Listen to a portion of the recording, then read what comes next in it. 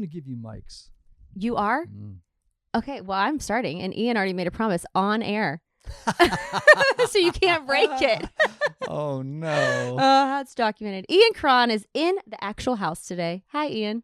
Hello. I'm so glad to be here. I'm so happy you're here. I have interviewed you once before on Zoom back in the day when we were talking about the story of you. Yep.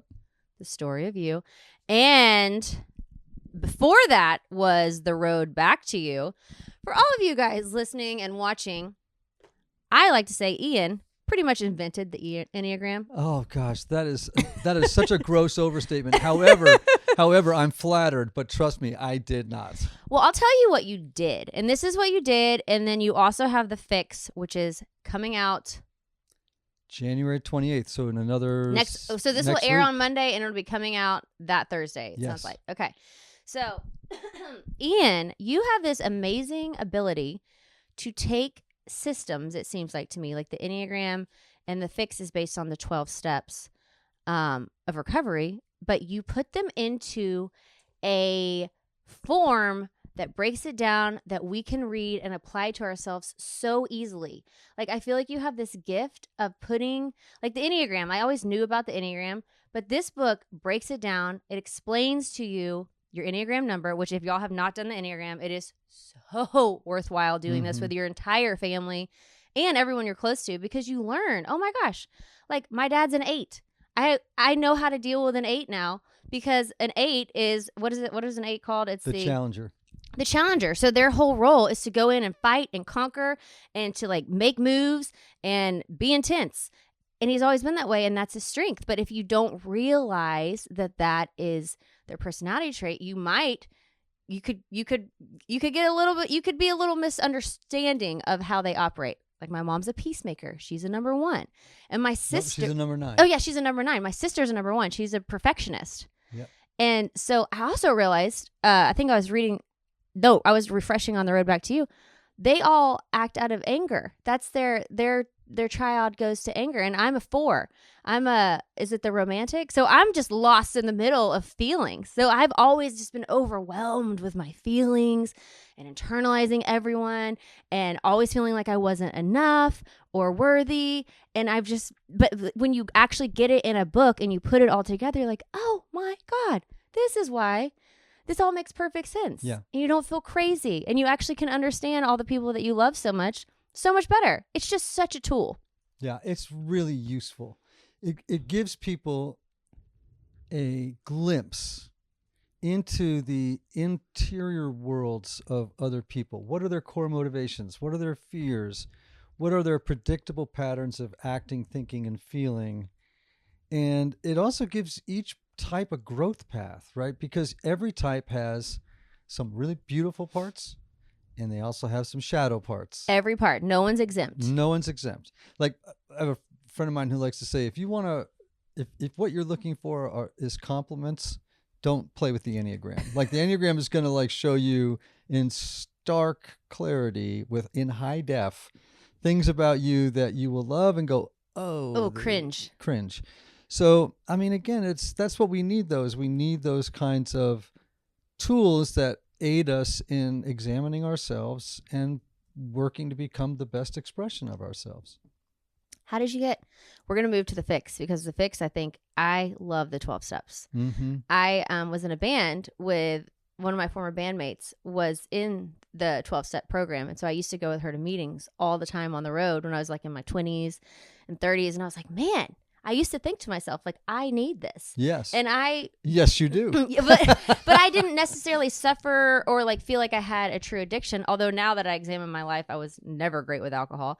But I'm like, I didn't feel like I had this like blatant like alcohol or drug issue that would take me to the 12 steps. But when I would go with her, I was like, man, I need this. Yep. And this is what the fix is. It's saying we all need the 12 steps. It's actually the formula to freeing ourselves from our own imprisonment, our past traumas. I love that you say that. You have some great quotes that I want to like talk about from the books because you just sum it up so much. I'll say one of them like here. You said, we're blasted into the furnace of life without adequate psychological defenses to fend off the unavoidable traumas, hurtful messages, and emotional injuries we all sustain in childhood. We then load these burdens into our little red radio flyer wagons and unconsciously pull them behind us into adulthood. Unfortunately, no one tells us how to heal these wounds. So in adulthood, we end up developing chemical addictions, behavioral addictions, or recurrent self-defeating behaviors to cope with our dis-ease. That is just it. Yeah. So part of the premise of the book is, the 12 steps were developed 90 years ago, roughly, by a guy named Bill W. And up until that point, people who were alcoholics were just deemed hopeless. There was no solution to that problem, right? No solution. And he introduced these steps to, some fellow alcoholics, and they began to see remarkable transformation. People being freed from the entanglement of their addictions, right? Now, fast forward 90 years and people think about the 12 steps. Oh, it's for those people, right? Mm-hmm. And isn't it nice those people have the 12 steps? I don't have to worry about it. And I don't have any addictions. Yeah. And look, here's my point. I mean, I'm speaking as a therapist, right? Everybody is an addict. Mm-hmm. So an addiction is any compulsive relationship that you have with a substance, a behavior, or a person that has mood-altering effects and negative consequences that you just keep doing despite how it's affecting your well-being. And it's not helping you, but you're like, whatever. I'm just going to go one more time. One more, yeah. Right? Uh-huh. So when I talk about addiction, so when you think about that as a definition, who can't cop to that? Yeah. Everybody. Everyone. Right. All right. So when we talk about addictions, I'm talking about codependency, not just alcoholism, drug addiction, overeating, sports betting, people pleasing, perfectionism, the list is this. You wrote a whole list of them out. Oh, I've got about that long. It was so comical because it's literally it's not comical because it's true. Oh yeah. Social media. Yeah. Who's not addicted to social Technology, media? Right? And what is that? That is, look, human beings carry with them a fundamental big ache, right? I love that. That comes out. I mean, it's always with us. I felt my big ache yesterday. I called a friend and I was like, I don't know why I need to bawl, but I just do. And I don't have a particular reason. I just am homesick. Yeah. For nothing. Okay. So beautiful. And what ends up happening is we find some external solution, workaholism, to fix that pain, to ache, solve the internal problem, right? And then eventually what happens is that our solution causes more problems than the problem that it was trying to solve. That is so true. Right? That is so true because you have the trauma a lot of times. I mean, a lot of times it's just being a human. Yeah. Even without the piled on trauma that we get in childhood, because like you said, we're just born in to a traumatic existence from the start. No matter how great our parents tried, they're humans. They are flawed. This life is flawed. So we are going to be just like pelted with pain. It's unavoidable. Yeah. And when you're a kid, you don't know how to process it. So like you said, you just pack it on, you add layers, like putting on more layers of clothes. Then all of a sudden you don't even know where your original self is because you're so layered with trauma and coping mechanisms and trying to figure out, like, maybe you achieve and you figure out successes within the trauma and the coping mechanisms, but you never really deal with the problem. Right. But what is the ultimate problem? What is it? So I'm going to answer that, but I just love what you just said, because oftentimes people will say, oh, Bob has a drinking problem. Bob does not have a drinking problem. He No. has a life problem, a living problem, Yeah, right? Well, I would also say Bob has a drinking solution. So-and-so doesn't have a porn problem. They have a porn solution. And that porn problem / solution started because they're trying to fill the big ache. Right. So now that's not actually the problem. That's a symptom of the problem. Yes. Right. So isn't it amazing when you say, instead of, oh, so-and-so has a drinking problem or a workaholism problem, it moves from being kind of shaming and like, a blanket statement, sort of finger waggy, to being like bringing up compassion and empathy. Like, it's like, oh, this is your solution but there's another problem. How can I help you refocus your energies? And that's what the steps do, right? Like, what the steps do is say, drinking is not my problem. Living is my problem. right? Learning how to live is my problem. And this has been a solution to all the discomfort and the dis-ease that I have in the world as a result of that problem. And now these steps are going to help me not just give up that behavior or that addiction. They're going to help me learn how to live in a brand new way in the world that will like be kind of a way of having more emotional balance, what we call emotional sobriety. And it's like, and what it will do then is render unnecessary your need for whatever that solution used to be. And that's for everybody. Oh, man. So when you get back to the root cause of the big ache, when someone realizes it's time to find their drinking solution, because like you said, whatever addiction we're piling on, it's not because I'm dying to eat a whole carton of chocolate ice cream in one sitting. And like, you know, I used to have an eating problem and eating disorders. And I would literally just like eat as much as I could in one day. And then I would try to go throw it up. And then when I couldn't throw up, I would go run on the treadmill to make sure I would like figure out the calories I ate. And then I'd figure out the amount of exercise I needed to do to X out the calories. And it was just this whole all consuming like prison in my head. Now I'm a therapist, but I'm familiar with like the dynamics of eating disorders, but I'm going to be hesitant when I say this, but that is a kind of addiction. Yeah. Right. You are stuck in a behavior. Yes. That, is being driven by other forces, and it has a mood altering effect and definitely has negative consequences. And obsession in the brain. Right. And what the steps do, and I know people who, like, I have a really good friend of mine who has a serious eating problem. Like, I mean, he was 150 pounds overweight. Such a great guy, right? And he got into a 12-step program, OA, and lost 150 pounds. And now the eating wasn't the problem. He worked on the problem, and then the old dysfunctional solution just became unnecessary. He doesn't even, he has to keep his eye on it, but because, once the brain starts to have that dopamine reward system gets kind of trained that way, you don't want to tempt fate, right? Like to kick it off again. But I mean, his life has been saved by working steps.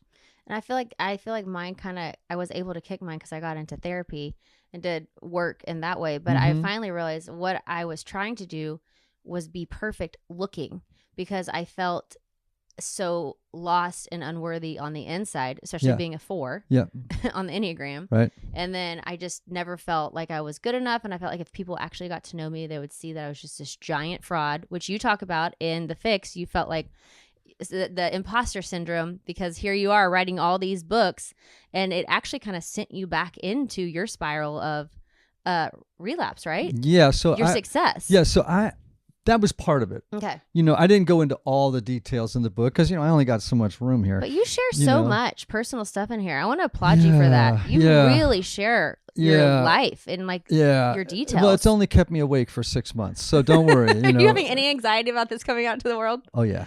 But not like I did months ago. Okay. When I was writing it, we were in Mexico for a year, and I was just writing the book there. You were just kind of telling your truth. I was telling my truth, and I was having a ball writing it. Good for you. I was just loving writing this book. Why were you loving it?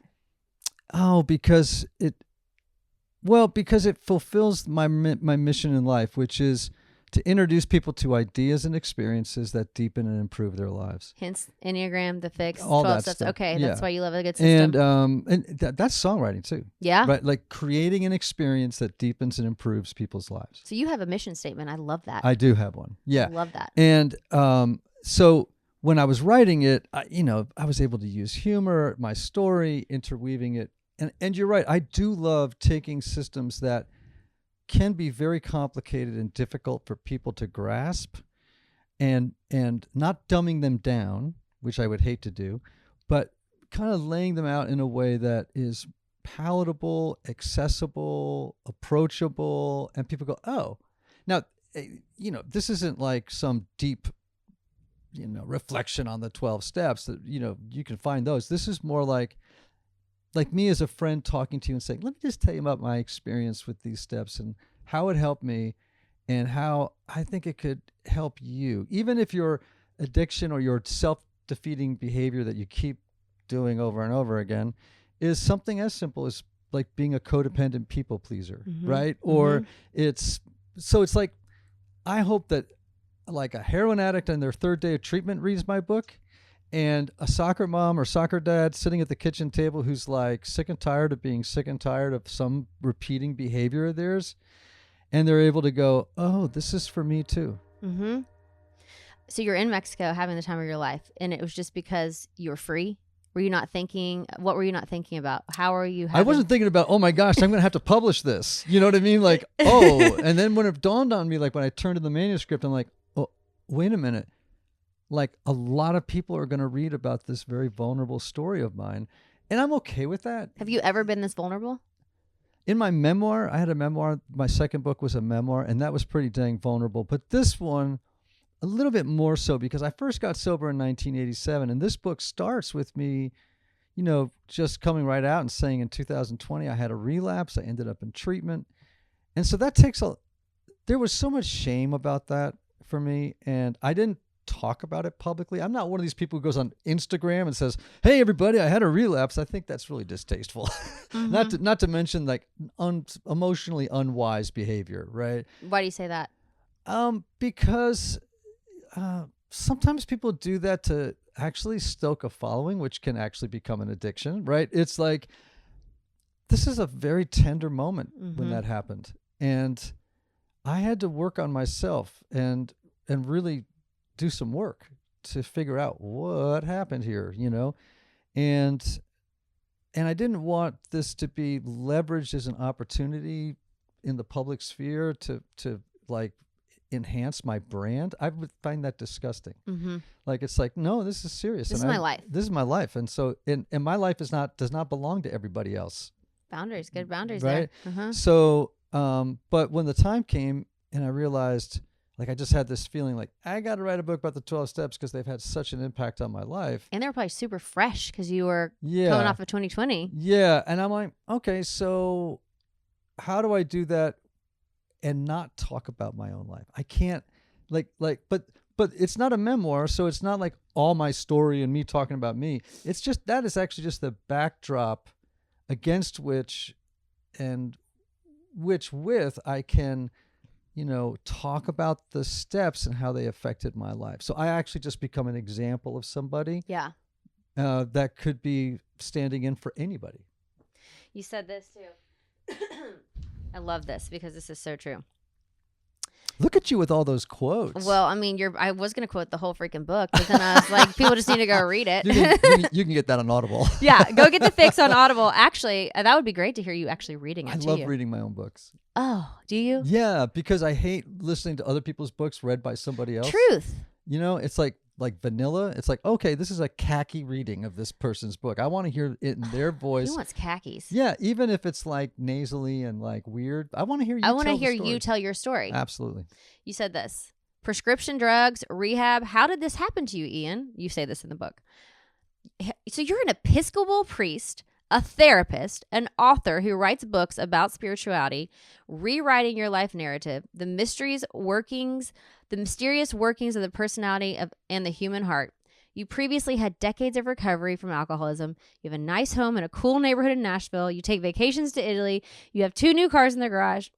And then you said, dude, you even own golden doodles. People who own golden doodles don't take drugs and end up in treatment. I mean, is that not the truth? I mean, you had a picture perfect like life. Like, this is all you could dream of. How could you relapse and end up back in recovery? It makes no sense with all of your work that you've done and your contributions and your mental health journey that you've been on. You know, it's like, it's hard to believe, but like you're saying, it can happen to anyone. Yeah, but it's not hard to believe. It's not. You know, like but people want to think it's hard to believe. Well, you know, that's unfortunate, right? And if this book if it does reveal to people that, hey, look, even if you have a great life and things are going well, you always have stuff in the closet that's governing your life from the shadows, and you don't know it. The key is to act responsibly and do the work, right? And you know, look, for me, I had a friend say something the other day when I was kind of, I think, whining about or just my anxiety about being so vulnerable. And he goes, dude, your mess is the message. And I was like, what? He goes, your mess is the message. And I'm like, thank you. And I put it on my wall, like on a little 3x5 card. Cause it's like, honestly, as a therapist and as someone who's trying to help people, if I don't talk about my mess, then I'm actually just making them feel worse by presenting myself as someone who's figured it all out. And why haven't they? It's such a relief to know that someone like you hasn't figured it all out. It gives us freedom to know we can still be a mess. Yes. Because when are we ever figured out? Never. Never. No. Now, you can grow and evolve and develop more self-awareness, so that, you are improving. Look, here's how I see relapse for me and addictions in general. I see them as an invitation from my higher power to enjoy a level of intimacy with him that I previously didn't know existed. So I don't see it as like, you're a bad person and this was a big mistake. It's like, okay, all right, fine. And this is an invitation from God to enter into a relationship with him that is so much richer than the one I had before, because it's just more real, right? And that's really what I want for me and for other people. So 2020, when you did relapse, how did you come to terms with, oh my God, I've been 20 years sober, I've done all this work, and here I am back at the bottom? What was that moment like? Because I'm sure people who hit that moment, it's terrifying. Yeah. It's interesting. There's a book, and it's a wonderful book by a guy named Chris Wyman. He's a poet, and the title of the book is My Bright Abyss. And I think that's what a bottom is. In fact, another friend of mine who's this person because they're a great songwriter here in Nashville, and she one time said in a 12-step recovery meeting that I go to, she said, well, you've hit your bottom when you broke your own heart. And that's sort of what happened, right? I reached that place on my journey where I broke my own heart. What does that feel like? Just like what it sounds, right? It's sadness, it's shame, it's embarrassment, it's humiliation. But then you have choices. Yeah, but here's the thing. When you're able to admit powerlessness, like when you reach that moment when you say, I'm out of ammo, right? All my best ideas got me here, okay? When you hit that moment, then suddenly this weight falls off your shoulders and you hear this voice in your head saying, okay, cool, now I have you. And you realize that love is carrying you. And then you're able to go to do the next right thing. And that for me meant going to treatment, going back to 12-step recovery meetings, getting a sponsor, doing all the work. But that can happen you don't have to be on the severe end of the addiction continuum. Like you could just be a really bad workaholic, which by the way is a very bad addiction. Yeah. And you could just reach that point where you're like, I can't stop using work as a way to bolster my self-esteem, to cover over all of my own insecurities, escape from my feelings, right? And having to deal with relationships I don't know how to deal with, so I'm always putting them off to go back to work, right? So true. Blah, blah, blah, which, by the way, has mood-altering effects and negative consequences because, my wife has now left me, my kids are adults, but they're mad because they never saw me at home when I was always on the phone on the side of the soccer game working away. You know what I mean? Yes. And it's like, you can reach your bottom with that and use these steps to get better. So it's not, again, I just want to make it clear, the book is not just for people who are on the severe end of the spectrum, alcoholics, drug addicts, gambling addicts. You don't have to have lost, you don't need to lose your car, your house, your marriage, your kids as a result of stuff. You can decide to pull your chute at a higher altitude. And not hit the bottom. And just do the work. Yeah. And I just think it's so great. And I want to kind of go through the steps just so people know what they are, because I think it's important to hear them.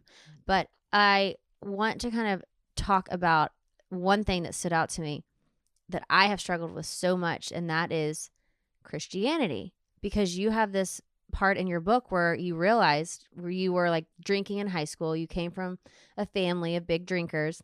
Oh, Lord. Like, what did you say? Here's your quote on this. So, I have your quotes. You say, I hail from a long line of hard drinking, barroom brawling Irish Catholics who believed that Budweiser, Marlboro Reds, and making regular visits to the ER for soldiers was equated to living your best life. This is how I describe my family to people who ask about my upbringing. Like, you had your first sip of alcohol at 8 and you were drunk in the 8th grade, and the first time you got drunk you went to the ER for alcohol poisoning. Yay me. I mean, like, you came in hard. You're like, I'm doing this. You know, addictions are so complicated, right? Because they are, I think, arguably genetic and biological. They are social. They are psychological, right? They are about trauma. They are about, it's not, people like to say it's because of X. And it's like, no, that's way too simple. Like, what causes an addiction to flower in a person's life is super complicated. Mm-hmm. But for sure, I was set up early in life to, like, just based on the examples of the adults around me, right, to go, oh, when you don't feel good, here's the solution. Like, why? I mean, it's like, of course I would think that way. Yeah, why wouldn't you? And in the beginning, it works.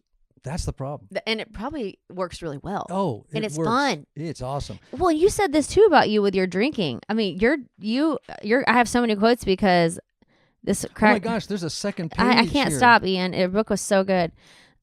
You said one time, okay, there were nights when I could go out and drink a few beers and go home, and other times I'd go to a bar in Connecticut and wake up the next morning in a strip mall parking lot in Foster, Rhode Island. Over time, my drinking continued to downward spiral, but like, you never knew what was going to happen. Sometimes you'd wake, and how were you doing your homework in a bar? Like, were your parents just letting you roam? I had a feral childhood. I mean, you're like doing your homework at a bar when you're a teenager. Yeah. Were your parents like worried where you were? They're like, go. No, no. And plus, I wasn't exactly advertising that, right? So. But how did you end up in that bar and come home drunk and nobody noticed? Well, because my dad was an alcoholic. He was drunk too? Yeah, and my mom was traveling a lot at that particular time, and honestly, like, a lot of times I didn't come home because my dad was a mess. So he wasn't checking in on you because he was kind of checked out. No, he was way checked out. But I would, I was just trying to function, mm-hmm. And so you were on your own. Yeah, I was on my own. Okay. And alcohol was the source that showed you the comfort. In part, at that time, that got worse and worse and worse over the years, But then you said, this is the thing that, like, I think is so fascinating and interesting and a lot of us struggle with. You found Christianity. And then you felt like you had a split life because, like, you aligned with Christianity and God, like it connected with you. But now here you are in this struggle. And I feel like so many of us have this where It's like, I am showing up to church in my youth group and with all my faithful friends, and I believe this and I feel this, but then I'm also going and drinking at the bars and doing all this stuff, and you started feeling crazy. Yeah, it's addicts of all kinds are really great at compartmentalizing, and we see this all the time, right? So, example, you're a guy and you are a so-called Christian, right? And maybe very well so. I mean, I'm not saying that you're not, right? And yet you have this secret porn life. Mm-hmm. You're sneaking downstairs at 1:00 in the morning when the rest of the family is sleeping, and you're watching porn, right? And you have compartmentalized your life. In fact, you're going to church and arguing to the elders that they need to do a sermon series against porn. Because you're screaming inside that you're dealing with this. Yeah, or it's just like you're not making the connection, brother. You don't think? No. You don't think it's a subconscious, cry out? Unconscious. Unconscious. Yeah, definitely unconscious, but it's not usually conscious, Yeah. Like when I hear somebody that's going off on something real hard and they can't stop talking about how bad this is, I'm like, Oh, is that a direct invitation to what they're dealing with inside? Yeah, often. And I'm often like, okay. Why are we so angry about this? Yeah, it's like, I think he doth protesteth too much. That's interesting, right? Why are you so fired up about this? Yeah, why are we so fired up about that? And so, look, it's just the human condition. When I meet any kind of addict, and hopefully any kind of person, I just try and think to myself, I know that this person is struggling privately with something in their life that's really, really, really hard. And therefore, I need to the best of my abilities, love them and be compassionate toward them, even when they're acting out of their own pain in ways that are uncomfortable for me, or painful for me. Doesn't give them a pass to go too far in that, but I can still address whatever's happening with more compassion, because I've been there. So the faith aspect, though, because I feel like so many of us struggle with that, knowing that we feel God in our heart and like are showing up and like wanting to be a part of this faithful community, but then feeling so judged. You said a part in this book too, you have felt more at peace and more yourself in a basement with other people in recovery talking about God than you ever did in like the pews of church. I'm like paraphrasing that, but like pretty much like, because when you're in these meetings in recovery, you don't have to lie or put on a front. You just are. Yeah. All of it, good, bad, and ugly, which is what God calls us to be. Yeah. And to be clear, this is not a Christian book per se. Like, I am very upfront about my own sort of faith convictions, but, I quote Buddhists. You talk about Buddha a lot. Yeah. And so, but, God, frankly, I've learned a lot from the Buddha, right? Yeah. Like, but I mean, I'm not a Buddhist, but There's stuff to learn. There's stuff to learn, right? And so I just really feel like, unfortunately, people don't experience the level of grace, acceptance, welcome, compassion and they also don't experience oftentimes the miracles I see in those meetings. Like, if people could see what's going on in their ding-dang basement of their church, they'd be like, they would go to the pastor. Can I come to that? They would go to the pastor and go, how come all that stuff's happening in the basement and it's not happening up here? Yeah. Right? And then they could have a little sit about and talk about, what is it about us that is preventing that? Which leads us to this book. Well, yes. So tell me about that. What is about those meetings in the basement of the church that is hitting so directly to the soul and actually having transformative healing? Not that you can't in church, but like, what is it that's happening down there that might not be happening upstairs?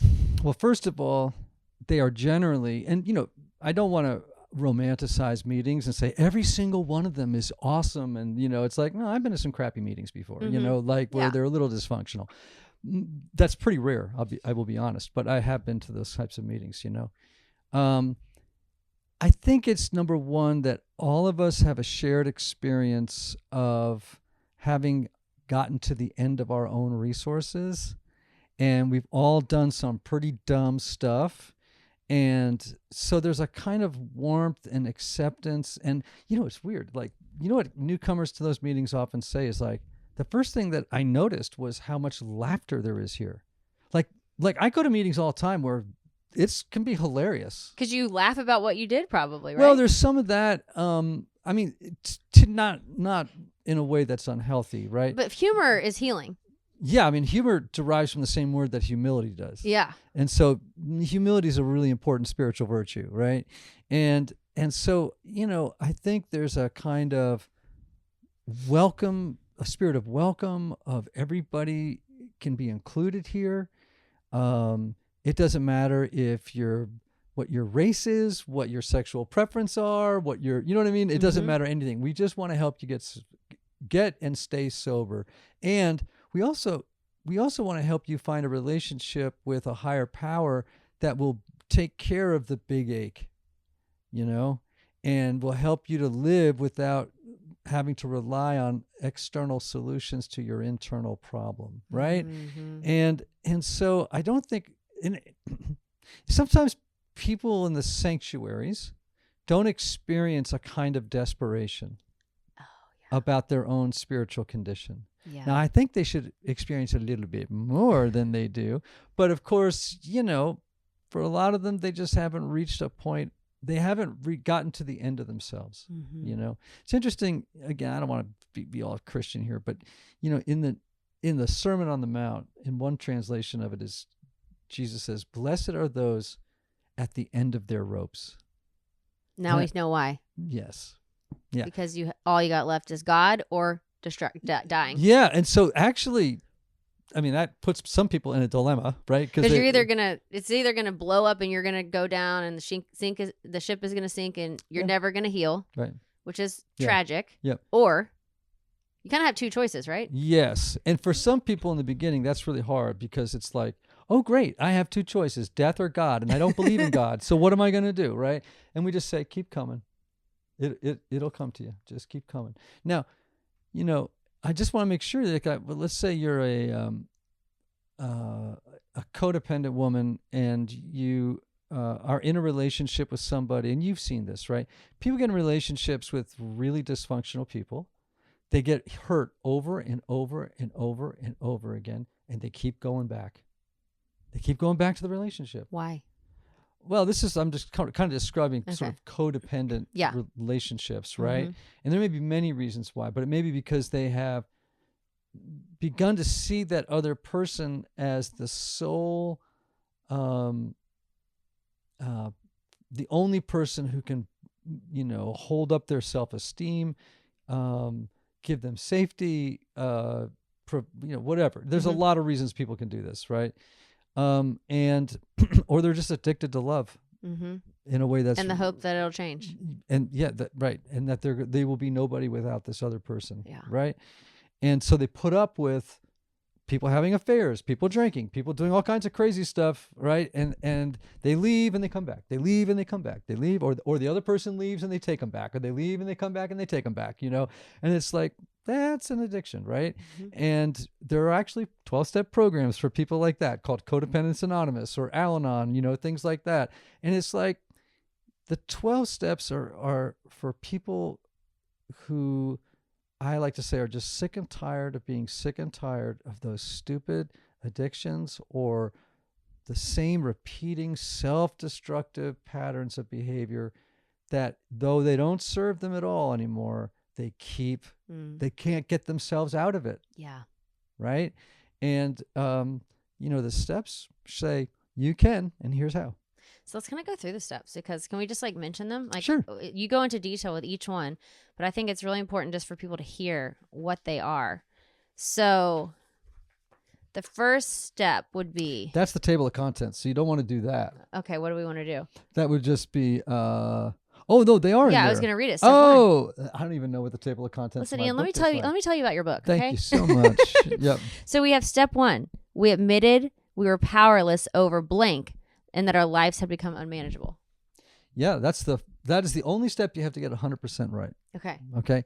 Because the rest of the steps will make no sense unless you are willing to admit, like I said earlier, I'm out of ammo. I'm powerless. I've tried everything in my power to make this pattern go away, or this relationship with a person, a substance, or a behavior go away, and I have failed. So I need help. And really it's kind of like just the honesty step, right? It's like just getting real, like, I'm done. Do you think that's the hardest step for people? Everybody has a hard one, that they really struggle with, but it's like the entrance ticket. Yeah. Right. And when you hear unmanageable, people go like, well, I've never lost my car. I've never gotten a DUI. I've never I still have my house and my big 401k and my, in my nice gated community, and I'm doing great. It's like, okay, well, unmanageability can show up in a lot of other ways besides those. It can show up as crippling anxiety, internal feeling of just inner dullness, a feeling of being lost, of being confused. You may look great on the outside, but emotionally and spiritually, your life's unmanageable now. Right? And was that your experience? Hey, I've got this eating disorder, but on the outside, I probably look great to everybody. Oh, yeah. Right? I had a moment where I was like, I don't care if I gain 70 pounds. I cannot do this anymore. And I was went to therapy. I was like, I have to get off this hamster wheel. And I was turning 30. I'd gotten addicted to diet pills. I was bulimic. I was exercise anorexic, all the things. Nothing horrible. Honestly, it wasn't I was killing myself with it. I was not next level, but it was just always something. Right. Always a fix for it. And then finally I was like, I'm not going to enter a new decade with my same problems from the 20s. And I hit therapy, and that's when I worked on it. And it took a long time. And like you said, every now and then, For in my 30s, it would creep back up a little bit. Sure. And I'd have a little bit of a, ooh, I know how to do this real fast. I know how to quick fix this real fast. Let me just do my old techniques because they always work. Yeah. Yeah. The old ideas are always waiting. Oh, and then when you get, so like, after I had like a baby too, I was like, oh, let me just like, and I had extra wait till he was like, I could probably just quick fix some of this real fast. But then you have to like check yourself. Like you're talking about your friend. You always have to like check yourself and be like, okay, don't go back. Don't go back. Yeah. So that's step one. I mean, the steps sound really simple, and they are on one level. They're not easy, but they're simple. And when you get into them, you realize, oh, there's so much underneath each of these steps that we don't have time to go into, but let's keep going. Okay. So then step 2, came to believe that a power greater than ourselves could restore us to sanity. Yeah. So I always laugh. I say, you've now hit bottom. You've admitted that you're out of ammo. And now the next step is, oh, and guess what? You're insane. And I'm always like, awesome. Awesome. I'm at Thank you so and much. now I'm on insane on top of it. Yeah. Thank you. I'm so glad I'm here. Oh, and by the way, now you're telling me I have to believe in God and I'm an atheist, right? Like, I mean, it's like, what? These are some hard pills to swallow. For some people. Yeah. Right? It wasn't for me because I was already a person of faith. So it didn't really, that part, right? But you're insane. But yeah, okay. So let's think about it this way. The word sanity derives from a Latin word sanus, which just means wholeness or health. So it's like, I just came to believe in that there's a power, God, whatever you want to call it, that can restore me to health and sanity, wholeness. I like wholeness, right? And, for some people, this is not a huge step, but for some, it's a big step because they're angry at God, they're resentful toward God, they don't believe in God for whatever reason, right?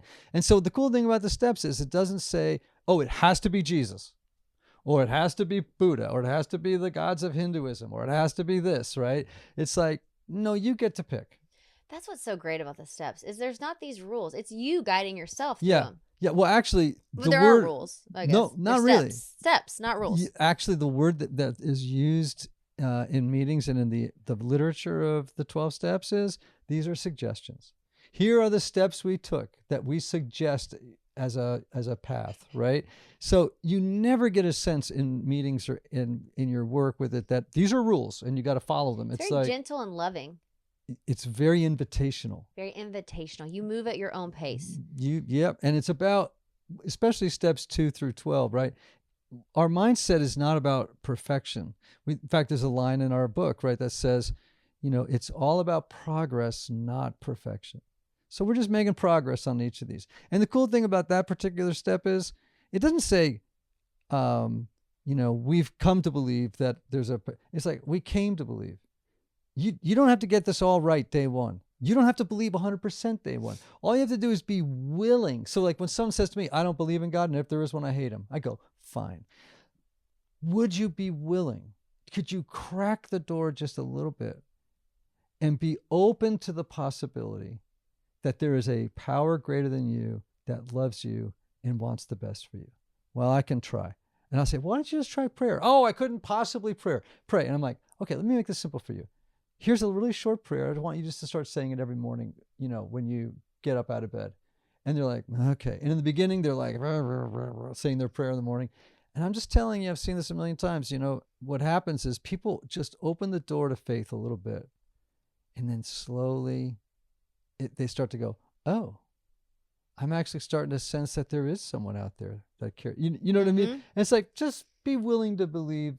And I even had a sponsor many years ago say to me, okay, maybe you don't believe, but can you believe that I believe? And I went, oh, I can do that. He goes, okay, well, let's just start with that. Just believe that I believe. Okay. And to him, it was like just a way of getting me to be willing. And then this was, of course, many years ago when that happened. But yeah. I love that. Step 2. Okay. Step 3. Made a decision to turn our will and our lives over to the care of God as we understood him. So you really have to get comfortable with step 2 before you go to step 3. You have to get, and you have to get comfortable with 3 to go to 4. Like you have to be fully embodied in this previous step before you move on. Yes, or reasonably far along, right? Like you're not going to get it perfect, but you're going to throw yourself in to do the best that you can, right? So, in 3, this is the big moment. This is the moment you say, look at steps 1, 2, 3 this way. I can't. He, she, it can, meaning God, higher power. Step 3 is, I think I'll let him. So I can't, he can, I think I'll let him. And once you get those 3 steps worked out, then you can move on to the next phase. Okay, so that would be step 4. Ooh, is this a tough one? Made a searching and fearless moral inventory of ourselves.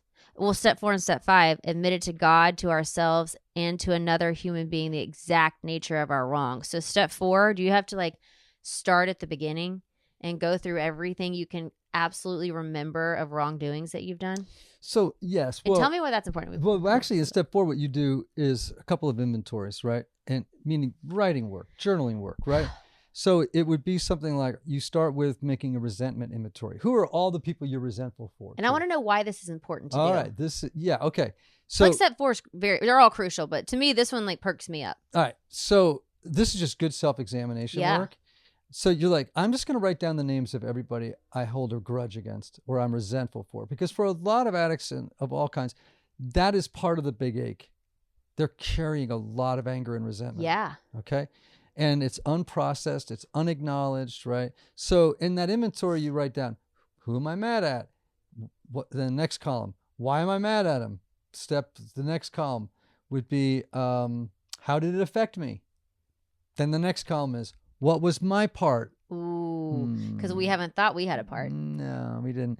And really, when a resentment or a relationship breaks, there's always some piece of it that's ours. Always. And now someone might say, and I actually talk about this in the book, when I was young, I had an experience of sexual abuse. I cannot say in any good faith, this was my part in that. That is true. How do you do child abuse and things like that? Well, I after some reflection was able to say, yeah, that's true. I had no part in that. However, in the years following that, I used that as I used the victim card a lot and said, well, of course I do this or that because of this. And it's like, but I guess you didn't know how to process it as a child. Yeah, but you still got to name it. Yeah. Right. Like in adulthood, okay, but I've been using it as a victim card for 25 years.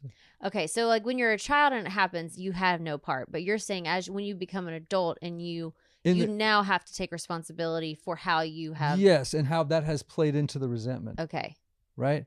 And so you go through all those names and stuff like that. Now that step is going to become important in steps 8 and 9, and that'll make sense in a second, right? But in the step 4, we also do a fear inventory, right? We do a sexual conduct inventory. What does that mean? Well, we just look at, in our histories, because in our sexuality, we know that that sexuality is beautiful, but when it's poorly stewarded, that it causes a lot of pain. Yes. Right. And it's so easily to poorly steward sexuality. Yes. And so, we just always include that because there's usually a lot of resentment around relationships, romantic relationships. And, sometimes we've just acted irresponsibly with people we were not romantically involved in, and it's like, got to own it. So when you're doing 4, making a fearless and moral inventory of ourselves, that's where you're checking resentments that you have and then things that you have also done. Yeah, you're just looking at it. All of it. Yeah. And that's a lot to look at. Well, but also you're looking at what were you doing during active addiction? Okay, I'm a workaholic. What did I do? I ignored my children, or I did not spend enough time with them, or I kept telling them I do all this work for you when actually it wasn't for them. I lied.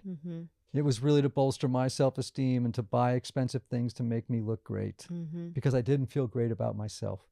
You know what I mean? Like you're just owning your stuff. Yeah. And it doesn't have to be shaming and depressing, though you may have lots of feelings of regret or whatever. It doesn't have to be that. It's just like an inventory. It's like going to the grocery store. If you own a grocery store, you go through the tomatoes once a week and you're like, oh, this is too rotten to keep. Boom, throw it out. Oh, that's good. Keep it.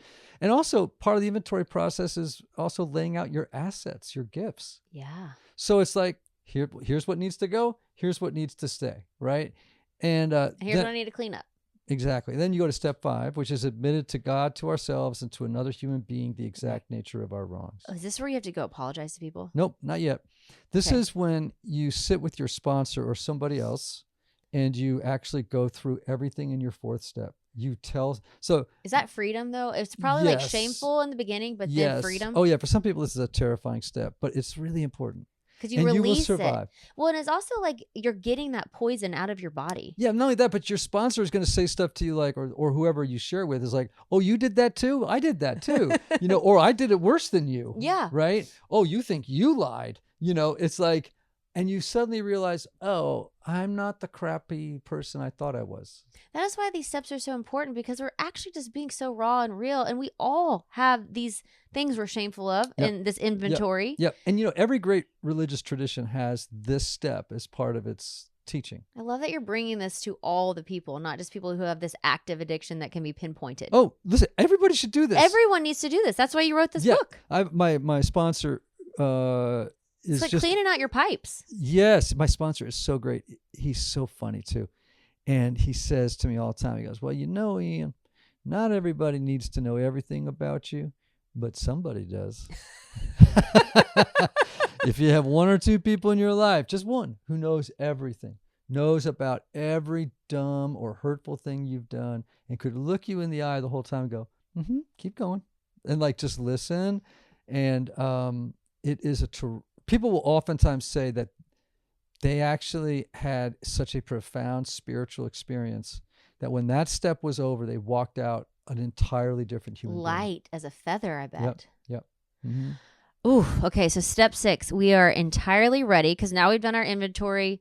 So you go through the steps. You admit that you're powerless. You find God. You make a decision to turn your life to God. And now we're going through our inventory. We're writing it down, claiming everything. Now we are telling it to someone. And now we've cleaned ourselves out. Like, we are a clean vessel now, to our best of our ability. Yep. And so step 6, we are entirely ready to have God remove all these defects of character. Yeah. So when you do those inventories, you're going to realize, oh, guess what? I'm selfish. Oh, I'm narcissistic sometimes, right? Oh, guess what? I'm a liar. Oh, guess what? I stole stuff, right? Or I'm, whatever, or, right. And it just depending on what your thing is, right? You then make a list of these character defects that you've unearthed, and your sponsor or whoever, the book would help you. As you know, there's a workbook that comes with this. And heck yeah, there's a workbook. Actually, the workbook is 120 pages. It goes through all the steps. It shows people how to do this. Right? Like step by step, baby step by baby step, right? And so, at this point, you've identified, okay, now, so here they are. Like, here are my problems, right?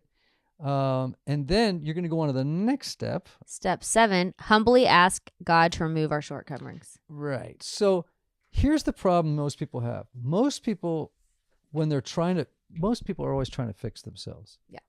Right? Mm-hmm. That's their solution. Mm-hmm. Their solution is, I'm going to fix myself, right? Well, how's that going? Right? You can make some improvements, but I'm just telling you, you can't fix yourself, right? Now, what happens then is you're actually doing what I call reformation, which is like, I'm trying to reform myself. But the message of the steps is reformation doesn't work, right? What will work is transformation. Right. And so the way transformation works is it's so simple, we make it hard. You just have to go to your higher power and say, I have all these character defects or defenses, and I've tried everything in my power to get rid of the fact that I have these inclinations to do these really bad things. They're not bad, but you know what I mean? Like unhealthy, unskillful, unhelpful, dysfunctional, whatever. Can you take these from me? And I work step 6 and 7 every day. Have you noticed that God will take them? Absolutely. You just ask him to, because I feel like I struggle with this because I've done so much work on myself that I'm like, like you said, but I still come back to like me needing to do the work and the fixing. So there's always this kind of partnership between you and whatever your spiritual power is, right? Like, yes, I just like to say, look, give God the lion's share of the work here. right? So let's say I have a problem with stretching the truth in order to cover my tracks all the time. Okay. Right? That's a character defect. Okay. Right? Because honesty is a big principle of the program. Like, be ruthlessly honest. And so I'd say, look, I've tried to stop doing this, but it's almost reflexive. It's like I can't stop doing it when the opportunity comes, right? And I've had many character defects like that been literally just taken away from me. Because you just ask God and stillness and truth of your heart. And also because so many things have happened in the previous steps that have helped me to let go. I actually don't even need those things anymore. Does that make sense? Yeah. Because you don't have the whole pile up of like a clogged pipe where it's all just on top of each other. You've cleaned it. So it's like, why am I just trying to like keep this here when it's not necessary? It's not necessary now, right? But there's always some hang-ons. Yeah. Right? I mean, yeah. And by the way, through the course of a day, I work the steps all the time, right? Just thinking about it. It's like, oh, I just stretched the truth right there. What am I going to do? It's like, well, part of it is I'm going to say, oh, there it is again. Okay, God, just, can you please remove this shortcoming? So I'm like, this allows you to be so aware though when you do it. Yeah, you're going to get real aware. So then immediately when you did it, it probably made you feel something. Yep. You noticed it and you're like, ooh, I've been living so clean and in my light and in my alignment, but now that made me feel weird. So then you examine it quickly. Yes. And people in meetings say that all the time. This I used to do this stuff routinely, and now when it happens, they feel it. Yeah, they go like, oh, what's that? And by the way, in step 10, when we get to it, right, it actually is a step that's going to help you continually work with those character defects, It says, continue to take personal inventory, and that can be just in your head, right? And when we were wrong, promptly admitted it. So I have a story in the book, right? Do you know where Osa is, the coffee shop it's down off Music Row? All right. So it's my favorite coffee shop. And every morning I have a cortado. You go there every day? In the warm months I do, because it's out kind of an outdoor spot. Okay. Right? And so I was going there for a coffee one day, and I was rushed on a deadline. My knee hurt from running. It was about 100 degrees outside. My clothes are shellacked to my body. You know what I mean? I'm like, ugh. And I get there, and there's a long line. You're like, great. Oh, right. And perfect. I haven't had my cortado yet, right? So now you're kind of pissed. I'm really pissy this day. I in the book I say, I'm in a mood, right? Like, I am not doing well. So things are not going well. And I'm looking at the line. There's never this long a line, right? And then I realized they have a new barista, and she's really cheerful, and she's having long conversations with every customer. She needs to get a little bit more efficient here. I'm from New York. Wrap up the cheer. I'm from New York, okay? This is not working for me, okay? In New York, they go, here's your coffee, next, Keep the line moving. Keep the line moving. And she's like, well, honey pie, tell me about where you're from. You're like, and you I'm need to shut your trap, lady. Oh, my gosh. We got to get going. This is killing me. So I finally get up to the counter. I'm going to tell you about a moment that I didn't You let her have it? In the worst of ways. So she goes like this. She goes, well, honey, what would you like? And I don't like being called honey by 21-year-olds. So that was the first thing that didn't work well. And then she goes, well, honey, what would you like? I said, I'd like a cortado. He's mad. And then she holds up these two varieties of milk, right? And she goes, how would you like it? And I went, I would like it today. Oh, how did it feel to let her know how you felt? Oh boy, this was not me at my best, character defect, like this, And so she got this really bad look, and then she made me my cortado, and she handed it back to me, and she goes, have a nice day, jackass. Oh, we had a moment. Stop it. So I go storming off, right? And I'm walking down the street. Have a nice day, jackass. Jackass. Who uses that word? She's cheerful, but she gave it to you. She gave it back. Yeah. Oh, honey. Honey has a dark side. So anyway, I get in the car and I'm driving, and I call my sponsor, and I'm like, can you believe she did that? And he's like, maybe you should go back and make an amends. Ooh. And I'm like, what? He's like, well, continue to take personal inventory. Well, you knew to call your sponsor because you were feeling things. Yeah, and he's like, continue to take personal inventory, and when we were wrong, promptly admitted it. But you're like, I wasn't wrong. She was taking too long. Well, come on, I had some piece of this, right? All right. Were you able to realize maybe you had a little bit of... So I turned the dang car around. Stop it. I go back. No, you didn't. I did. And now the line is shorter. She's happy to see you, I'm sure. Yeah, there's like 1%. And I come up, and she sees me coming up to the window. And I said, hey, I was here half an hour ago, and I was a real ass. And jackass to be specific. And I just want you to know I'm really sorry, and how can I make it up to you? And she puddled, she got real teary, and she came flying out of the little place, and she hugged me. And she's like, oh my gosh, I've been thinking about you for the last half an hour because I was a jerk too. And I had an argument with my boyfriend this morning, and I took it all out on you too. And I'm really sorry. And then I come to find out, we're having a moment, right? Okay. So now me and Felicity, that's her name, we're having a moment. Right. I learned she was a songwriter. She just moved to town from Colorado. Her boyfriend is a couch potato. She has a hairless cat. I mean, I'm learning all kinds of stuff about her. And I got a free cortado, a second cortado. And I'm like, I called my sponsor back. I was like, I have a new best friend. Her name is Felicity. And it's like, that's an example of how you work the program every day. Like, that's just how we should live our lives. And the power of just instead of just staying in that anger field, because there's plenty of reasons you were right to be upset. Kind of. Well, you're right to be miffed because you need to keep the line going. Everyone has places to be. Mm-hmm. But also, she was just trying to make her job happy and spread cheer. So really, what you're saying is we all are humans. We all have feelings that overtake us. We all act out in ways that we are regretful and hurtful. But if we just go back around and actually approach the person with love in our hearts and forgiveness, look at what happens. Now you and her had the best day. Oh, yeah. Because y'all could have because that would have continued on throughout your day, and you would have had a bad day. And sadly, she doesn't work there anymore, because I swear I'd be having free cortados for a year, because we loved on each other for 20 minutes, But you changed the energy of your day. Yes. And the ripple effect of what was going to happen next, because you went back and made amends. Yes. Because you took inventory, because you worked the steps. And that's why you're saying we need to do these steps. And then I get in the car and I go, God, you know what? Sometimes I can be a real entitled jerk. Jackass. I'm going to stick with that. Okay. And I was acting like an entitled snot and like a little crybaby. And can you just lift that character defect from me? So that's when you asked God to take it away. Yeah, like I'm working on these steps all day. They're kind of always I'm not obsessed with it, but they're kind of in the background of my mind all the time.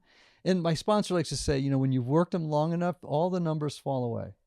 And then you're just kind of in the ecosystem of that way of living and thinking. It's your lifestyle. It's your lifestyle. Now you don't have to think about it. You're just living it. You just kind of know where you are in the process. Yep. That's a great story, Ian. I love that. I got more. Oh, man. Y'all got to get this book, too, because they're in here. Okay. Step 9. We already did that. Make direct amends to people whenever possible, except when to do so would injure them. Yes. Wait, do we do step 8? Nope. Make a list. So step 8, make a list of all persons we have harmed and became willing to make amends to them all. Yeah. I love that step. It's really simple. Just make a list of all the people you've harmed in your life. And if you're having trouble figuring out who that is, go back to step 4 and look at all the people you're resentful at and all the ways that you participated in that. And many of those people are going to end up on that list. Even though you feel like they are the ones who caused the problem. That's not. Yeah, but you have your part. You have to own up to your part. Doesn't matter what they did. All you have to do is own up to your part. Mm-hmm. We call that cleaning your side of the street. You don't have to clean up their side. You don't have to bring up their mistakes when you have these conversations with them. In fact, don't do that. Oh, and this is never do also that. Being very mature and just being wise. This is about you, not about them. Exactly. Now, if they come back at you and say, I did this and that, which often happens in these conversations, people will say, yeah, you did do that, but I did this, right? A lot of times people will be still really pissed and they're not a very self-aware person, and you were 100% wrong, and you're just going to have to listen to them. And you can't try to defend yourself. Nope. Because all you're doing is making amends for what you did. That's it. It's this level of next level maturity that you're it's like a godly maturity. Because because you could just fire off at them all the things they did wrong, and it's right there available to let them have it. That's an amends that's gone sideways. If you do that, you've gone sideways. Whew. So, and by the way, why are we doing all this? We're going to learn about it in step 12. This is the kind of stuff that we drank over. This is the kind of stuff that we ate over, right? Feelings come up. We're resentful. We're angry. We're carrying anger. We're carrying depression. We're carrying anxiety. And it's okay, so if you do these steps, you're going to mitigate or lessen the ways that those feelings, that big ache, however it shows up, you're it's not going to be running your life anymore. Yeah. And making you do crazy stuff to soothe it. Because if you don't go back and do these steps and heal this stuff, it's just stuck in your body. So all those feelings, like you would have had that, even though that's just a small story with that barista, that would have been lodged in your body. Yeah. And then you just lodge another feeling on top of it and another on top of it. And then you have all these unsettled, uneasy feelings just existing in your physical being. Yeah. I have another friend of mine who got into a snit with I think it was like a Kroger cashier, and they were like not kind. You know what I mean? Yeah. Like, and those poor people probably get that 10 times a day. Absolutely. Right. And so they went out to their car in the parking lot and they were like, I got to make an amends. That was not cool. So they go back into Kroger and they go to the cashier. Right. And they're like, sorry. And the woman said, do you know you are the first person in my entire 3 years here at Kroger who's ever come back and said they were sorry? And it's like, you don't understand the power of just, living out of spiritual principles. Like connecting as human souls. Yeah. And by the way, do you know how powerful it is when you go to your wife and say, you know what? I was an alcoholic and this is the ways that I failed you. And that's a very powerful moment. Or with your children, to go to them and say with humility, this is my part and I'm sorry. This is healing. Mm-hmm. And sometimes those conversations are very hard and sometimes it requires multiple conversations, right? But it's just the beginning of saying, I'm owning my part so that moving forward, our relationship can be restored and whole. And we can be whole together now.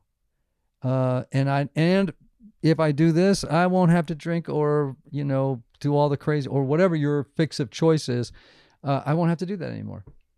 That's amazing. Okay, so step 9, make direct amends to people whenever possible, except when to do so would injure them or others. So that's the second part. You just make a list, and the second part is, okay, take your list and go start making amends. Unless it would injure them. Tell me that part. Well, all right. So let me give an extreme example. Let's say you need to make an amends to your partner. And you were maybe romantically involved with someone your partner knows. And if you were to tell your partner while making amends, hey, by the way, I slept with so-and-so, now you've brought another person into it. Do you know what I mean? And it's actually not fair to ruin that person's reputation in the mind of the person you're making an amends to. There are times when an amends would be too painful for the person hearing it. And you might have to say, it's not time yet. I can say this, and this, but I need to leave this off the list for now until such a time as maybe when they ask me.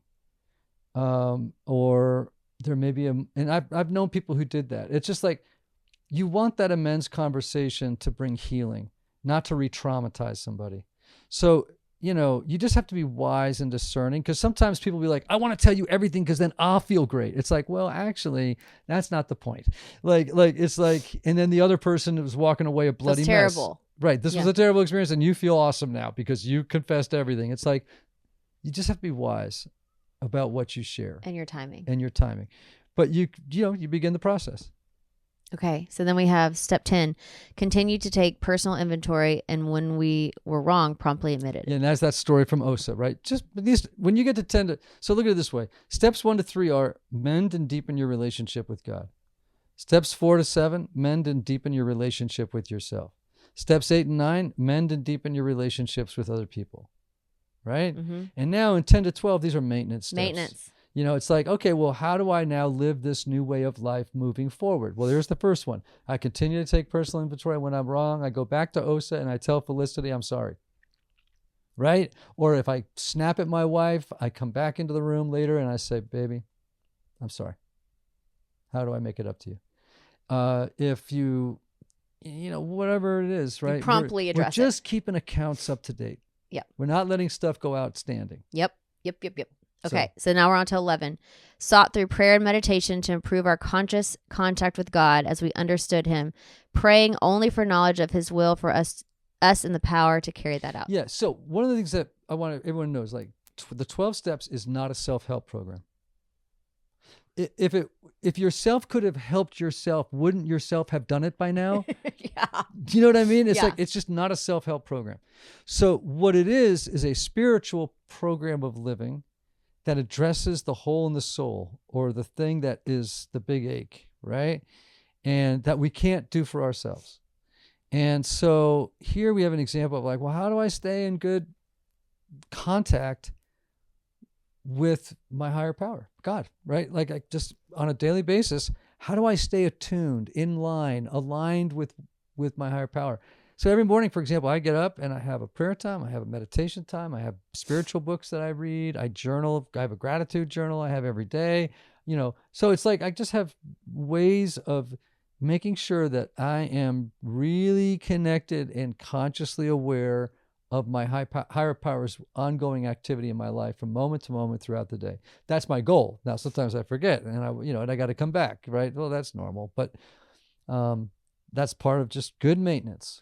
I love this though, because it actually involves us to be like aware and conscious and doing work on ourselves. Like, not like work like therapists, and like therapist work is great and all that, but this is like, okay, we're actually like working intentionally on ourselves every day, and we have a protocol to follow, and we know the system. It's like all machines need have a system that runs them. Right. There's like a operating board. It's like keeping our operating board clean, keeping the wires in the right place. Yes. It's like we're not crossing wires, it's not going to explode, and it's not going to malfunction because we're making sure we're checking our system every day. And let me just add one thing what you just said, which was great. It is about working on myself, and even more, it's about giving God consent to work on me so that he can do for me what I've never been able to do for myself through my own efforts. Yeah. Which has really changed me at the deepest part of my person. Because God's right here with you now. Yeah, I mean, just the whole fixation that people have on, I'm going to fix myself. This is the year I work on myself. It's like, okay, good intention, but actually, you're going to end up frustrated and despairing. You'll see some improvement, but I'm talking about deep level transformation. That's a spirituality question, not a psychology or self-care question. Yeah. Okay, final step. Step 12, having had a spiritual awakening as a result of these steps, we tried to carry this message to alcoholics or fellow sufferers and practice these principles in all of our affairs. Yeah, so here's where we get to the end of the sentence, right? Mm-hmm. I love what it says in the beginning, having had a spiritual awakening as the result of these steps. So when someone says, well, what's the point of the steps? And people will be like, oh, it's to help people stop drinking. No, that's not true. That's a product of the steps, but that is not the point of the steps. Having had a spiritual awakening. So the point of the steps is to facilitate a spiritual awakening of sufficient force or intensity, magnitude, that it not only expels your need for an external solution, a drink, a drug, whatever your fix of choice is, it just renders it unnecessary because now God is filling the hole that was trying to fix. And that happens naturally when you actually work the steps. Yes. And so what is the ultimate fruit of it is service to others. It's not about you. You get to the 12th step and it's like, having had a spiritual awakening as the result of these steps, we try to carry these principles to fellow sufferers, right? Or we try to, introduce them to this way of life just by being of service, being useful, being good people, being people of character, people of integrity, people who are sane, whole, right? It's like, the point is, now having been transformed, I take this out into the world so that it becomes a blessing to others. That's the point. That's amazing. Ian Cron, this is awesome. I love this book, The Fix. I love all your books. I mean, The Road Back to You has single-handedly changed so many people in my immediate life. The Fix, I feel like, is going to give us such a, just opening up this program and these, like you said, like these steps that we need to do. We need to be checking in on ourselves, clearing our inventory, taking note of what's going on, connecting with God, bringing him into our daily conversation, making amends, keeping ourselves clean. Because if you keep yourself clean, what's the result?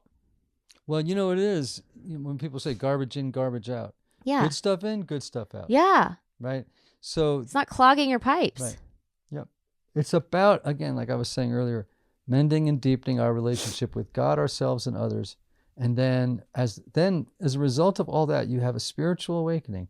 And then you're able to take all this transformation that will happen in your life out into the world so that you are an agent of love and goodness and kindness and compassion and of service.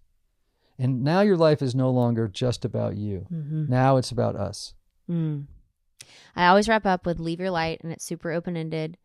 What do you want people to know? Just some inspiration. Obviously, this is very inspiring. But if you had to drop one nugget, what do you want to tell people? What do I want people to know? Well, I guess this morning I'd say,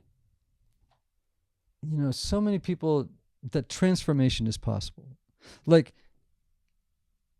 people often find themselves in these desperate moments where they're like, is this ever going to change? Right? Like, you probably had that feeling many times as you wrestled with an eating disorder. Is this ever going to change? Mm-hmm. Is this marriage ever going to change? Is my character ever going to change? Is my anxiety ever going to go away? Is my depression ever going to go away? Are my insecurities and competence deficits ever going to go away? They can. And things like the 12 steps, and the steps aren't like the only system of living that can help people, right? I just think it's particularly powerful. And because it's worked with tens of millions of people who were really in serious trouble, I'm like, you ought to check these out because like there's some evidence that they really work. Whatever it takes, whatever avenue you have to go, the truth of the matter is people do and can experience transformation. I love that. Ian Cron, The Fix. It is out this week. After this podcast airs on Monday, it will be out on Thursday. Thank you so much for writing these books, digging into your depth and sharing all this wisdom and knowledge that you have learned, going on your journey and being so intentional in your healing process, and then putting it into a book form. That these books truly are changing lives, my own included, like in my family's. Thank you so much for doing this work. Well, this is hard work. This takes a lot of energy and effort and a lot of vulnerability and then a lot of faith. And I just appreciate your commitment to it. Thanks. It was so fun to be here. This was so great talking to you. Have a great book signing tonight. Thank you. Woohoo! Ian Cron, thank you so much.